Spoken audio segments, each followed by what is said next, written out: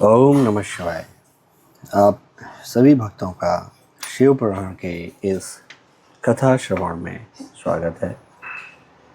सभी शिव भक्त हैं, उनका हार्दिक अभिनंदन है और भगवान भोलेनाथ की प्रेरणा से ये जो शिव कथा, शिव पुराण की जो कथाओं का पाठ हो रहा है या आप श्रवण कर रहे हैं, उसके लिए आप सभी बधाई के पात्र हैं। भगवान की कृपा, इसका मतलब आपके ऊपर है। तो हमने नागेश्वर की कथा इसके पहले सुनाई थी। आज नागेश्वर जो ज्योतिर्लिंग था उसका कैसे प्रादुर्भाव हुआ और उसकी महिमा के बारे में। अब आज रामेश्वर ज्योतिर्लिंग के आविर्भाव और महात्मा का वर्णन। सूत जी कहते हैं, ऋषियों, अब मैं यह बता रहा हूँ कि रामेश्वर नामक ज्योतिर्लिंग पहले किस प्रकार प्रकट हुआ। इस प्रसंग को तुम आदरपूर्वक सुनो। भगवान विष्णु के रामावतार में जब रावण सीता जी को हर कर लंका में ले गया, तब सुग्रीव के साथ 18 पद्म वानर सेना लेकर श्री राम समुद्र तट पर आए। वहां वे विचार करने लगे कि कैसे हम समुद्र को पार करेंगे और किस प्रकार रावण को जीतेंगे। इतने में ही श्री राम जी को प्यास लगी। उन्होंने जल मांगा और वानर मीठा जल ले आए। श्री राम जी ने प्रसन्न होकर वह जल ले लिया। तब तक उन्हें स्मरण हो आया कि मैंने अपने स्वामी भगवान शंकर का दर्शन तो किया ही नहीं, फिर यह जल कैसे ग्रहण कर सकता हूँ। ऐसा कहकर उन्होंने जल को नहीं पिया।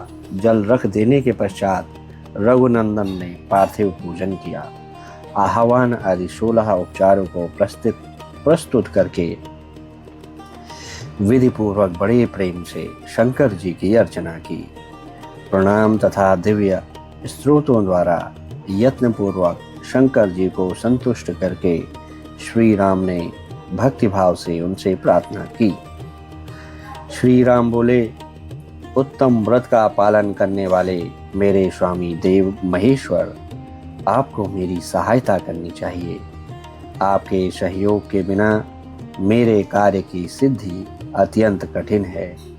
रावण भी आपका ही भक्त है, वह सबके लिए सर्वथा दुर्जय है, परंतु आपके दिए हुए वरदान से वह सदा दर्प में भरा रहता है। वह त्रिभुवन जने विजयी महावीर है। इधर मैं भी आपका दास हूँ, सर्वथा आपके अधीन रहने वाला हूँ। सदाशिव यह विचार कर आपको मेरे प्रति पक्षपात करना चाहिए। सूत जी कहते हैं, इस प्रकार प्रार्थना और बारंबार नमस्कार करके उन्होंने उच्च स्वर से जय शंकर जय शिव इत्यादि का उद्घोष करते हुए शिव का स्तुति किया। फिर उनके मंत्र के जप और ध्यान में तत्पर हो गए। तत्पश्चात पुनः पूजन करके वे स्वामी के आगे नाचने लगे। उस समय उनका हृदय प्रेम से द्रवित हो रहा था। फिर उन्होंने शिव के संतोष के लिए गाल बजाकर अव्यक्त शब्द किया। उस समय भगवान शंकर उन पर बहुत प्रसन्न हुए और वे ज्योतिर्मय महेश्वर वामांग भूता पार्वती तथा पार्षद गणों के साथ स्त्रोतक निर्मल रूप धारण करके तत्काल वहां प्रकट हो गए। श्री राम की भक्ति से संतुष्ट चित्त होकर महेश्वर ने उनसे कहा, श्री राम, तुम्हारा कल्याण हो, वर मांगो। उस समय उनका रूप देखकर वहां उपस्थित हुए सब लोग पवित्र हो गए। शिव धर्म परायण श्री राम जी ने स्वयं उनका पूजन किया। फिर भांति भांति की स्तुति एवं प्रणाम करके उन्होंने भगवान शिव से लंका में रावण के साथ होने वाले युद्ध के अपने लिए विजय की प्रार्थना की। तब राम भक्ति से प्रसन्न हुए महेश्वर ने कहा, महाराज, तुम्हारी जय हो। भगवान शिव के दिए हुए विजय सूचक वर एवं युद्ध की आज्ञा को पाकर श्री राम ने नतमस्तक हो हाथ जोड़कर उनसे पुनः प्रार्थना की। श्री राम बोले, मेरे स्वामी शंकर, यदि आप संतुष्ट हैं तो जगत के लोगों को पवित्र करने तथा दूसरों की भलाई करने के लिए यहाँ सदा निवास करें। सूर्य कहते हैं, श्री राम के ऐसा कहने पर भगवान शिव वहाँ ज्योतिर्लिंग के रूप में स्थित हो गए। तीनों लोकों में रामेश्वर के नाम से उनकी प्रसिद्धि हुई। उनके प्रभाव से ही अपार समुद्र को अनायास पार करके श्री राम ने रावण आदि राक्षसों का शीघ्र ही संहार किया और अपनी प्रिया सीता को प्राप्त किया। तब से इस भूतल पर रामेश्वर की अद्भुत महिमा का प्रसार हुआ। भगवान रामेश्वर सदा भोग और मोक्ष देने वाले तथा भक्तों की इच्छा पूर्ण करने वाले हैं। जो दिव्य गंगा जल से रामेश्वर शिव को भक्ति पूर्वक स्नान कराता है वह जीवन मुक्त ही है। इस संसार में देव दुर्लभ समस्त भोगों का उपभोग करके अंत में उत्तम ज्ञान पाकर वह निश्चय ही कैवल्य मोक्ष को प्राप्त कर लेता है। इस प्रकार मैंने तुम लोगों से भगवान शिव के रामेश्वर नामक दिव्य ज्योतिर्लिंग का वर्णन किया है, जो अपनी महिमा सुनने वालों के समस्त पापों का अपहरण कर लेता है। अब इसके आगे घुष्मा की शिव भक्त से उसके मरे हुए पुत्र का जीवित होना, घुष्मेश्वर शिव का प्रादुर्भाव तथा उनकी महिमा का वर्णन। इस अध्याय में घुष्मेश्वर जो ज्योतिर्लिंग है वो कैसे आया, कैसे उत्पन्न हुए, कैसे वहाँ भगवान शिव की महिमा हुई, ये हमको सुनने को मिलेगा। इसमें सूर्य जी कहते हैं, अब मैं घुष्मेश नामक ज्योतिर्लिंग के प्रादुर्भाव का और उनके महात्मा का वर्णन करूँगा। मुनिवरों, ध्यान देकर सुनो। दक्षिण दिशा में एक श्रेष्ठ पर्वत है जिसका नाम देवगिरी है। वह देखने में अद्भुत तथा नित्य परम शोभा से संपन्न है। उसी के निकट कोई भारद्वाज कुल में उत्पन्न सुधर्मा नामक ब्रह्मवेत्ता ब्राह्मण रहते थे। उनकी प्रिय पत्नी का नाम सुदेहा था। वह सदा शिव धर्म के पालन में तत्पर रहती थी, घर के कामकाज में कुशल थी और सदा पत्नी की सेवा में लगी रहती थी। द्विजश्रेष्ठ सुधर्मा भी देवताओं और अतिथियों के पूजक थे। वे वेद वर्णित मार्ग पर चलते और नित्य अग्निहोत्र किया करते थे। तीनों काल की संध्या करने से उनकी कांति सूर्य के समान उद्दीप्त थी। वे वेद शास्त्र के मर्मज्ञ थे और शिष्यों को पढ़ाया करते थे। धनवान होने के साथ ही बड़े दाता थे। सौजन्य आदि सद्गुणों के भाजन थे। शिव संबंधी पूजन आदि कार्य में सदा लगे रहते थे। वे स्वयं तो शिव भक्त थे ही, शिव भक्तों से बड़ा प्रेम रखते थे। शिव भक्तों को भी वे बहुत प्रिय थे। ये सब कुछ होने पर भी उनके पुत्र नहीं था। इससे ब्राह्मण को तो दुख नहीं होता था, परंतु उसकी पत्नी बहुत दुखी रहती थी। पड़ोसी और दूसरे लोग भी उसे ताना मारा करते थे। वह पति से बार बार पुत्र के लिए प्रार्थना करती थी। पति उसको ज्ञानोपदेश देकर समझाते थे, परंतु उसका मन नहीं मानता था। अंततो गत्वा ब्राह्मण ने कुछ उपाय भी किया, परंतु वह सफल नहीं हुआ। तब ब्राह्मणी ने अत्यंत दुखी हो बहुत हट करके अपनी बहन घुष्मा से पति का दूसरा विवाह करा दिया। विवाह से पहले सुधर्मा ने उसको समझाया था, इस समय तो तुम बहन से प्यार कर रही हो, परंतु जब इसके पुत्र हो जाएगा तब इससे स्पर्धा करने लगोगी। उसने वचन दिया कि मैं अपनी बहन से कभी डाह नहीं करूंगी। विवाह हो जाने पर घुष्मा दासी की भांति बड़ी बहन की सेवा करने लगी। सुदेहा भी उसे बहुत प्यार करती रही। घुष्मा अपनी शिव भक्ता बहन की आज्ञा से नित्य एक पार्थिव शिवलिंग बनाकर विधिपूर्वक पूजा करने लगी। पूजा करके वह निकटवर्ती तालाब में उनका विसर्जन कर देती थी। शंकर जी की कृपा से उनके एक सुंदर, सौभाग्यवान और सद्गुण संपन्न पुत्र हुआ। भुष्मा का कुछ मान बढ़ा। इससे सुदेहा के मन में डाह पैदा हो गई। समय पर उस पुत्र का विवाह हुआ। पुत्र वधू घर में आ गई। अब तो वह और भी जलने लगी। उसकी बुद्धि भ्रष्ट हो गई और एक दिन उसने रात में सोते हुए पुत्र को छुरी से उसके शरीर के टुकड़े टुकड़े करके मार डाला और कटे हुए अंगों को उसी तालाब में ले जाकर डाल दिया जहां घुष्मा प्रतिदिन पार्थिव लिंगों का विसर्जन करती थी। पुत्र के अंगों को उस तालाब में फेंक कर वह लौट आई और घर में सुखपूर्वक सो गई। घुष्मा सवेरे उठकर प्रतिदिन का पूजन आदि कर्म करने लगी। श्रेष्ठ ब्राह्मण सुधर्मा स्वयं भी नित्य कर्म में लग गए। इसी समय उनकी पत्नी ज्येष्ठ पत्नी सुदेहा भी उठी और बड़े आनंद से घर के काम काज करने लगी, क्योंकि उसके हृदय में पहले की जो ईर्ष्या आग जलती थी अब वह बुझ गई थी। प्रातःकाल जब बहू ने उठकर पति को शैया तो देखा तो वह खून से भीगी दिखाई दी और उस पर शरीर के कुछ टुकड़े दृष्टिगोचर हुए। इससे उसको बड़ा दुख हुआ। उसने सास घुष्मा के पास जाकर निवेदन किया, उत्तम व्रत का पालन करने वाली आजे, आपके पुत्र कहाँ गए? उनकी शैया रक्त से भीगी है और उस पर शरीर के कुछ टुकड़े दिखाई देते हैं। हाय, मैं मारी गई, किसके यह दुष्ट कर्म यह है? ऐसा कहकर वह बेटे की प्रिय पत्नी भांति भांति से करुणा विलाप करती हुई रोने लगी। सुधर्मा की बड़ी पत्नी सुदेहा भी उस समय हाय मैं मारी गई ऐसा कहकर दुख में डूब गई। उसने ऊपर से तो दुख किया, किंतु वह मन ही मन वह हर्ष से भरी हुई थी। भुष्मा भी उस समय उस वधू के दुख को सुनकर अपने नित्य पार्थिव पूजन के व्रत से विचलित नहीं हुई। उसका मन बेटे को देखने के लिए तनिक भी उत्सुक नहीं हुआ।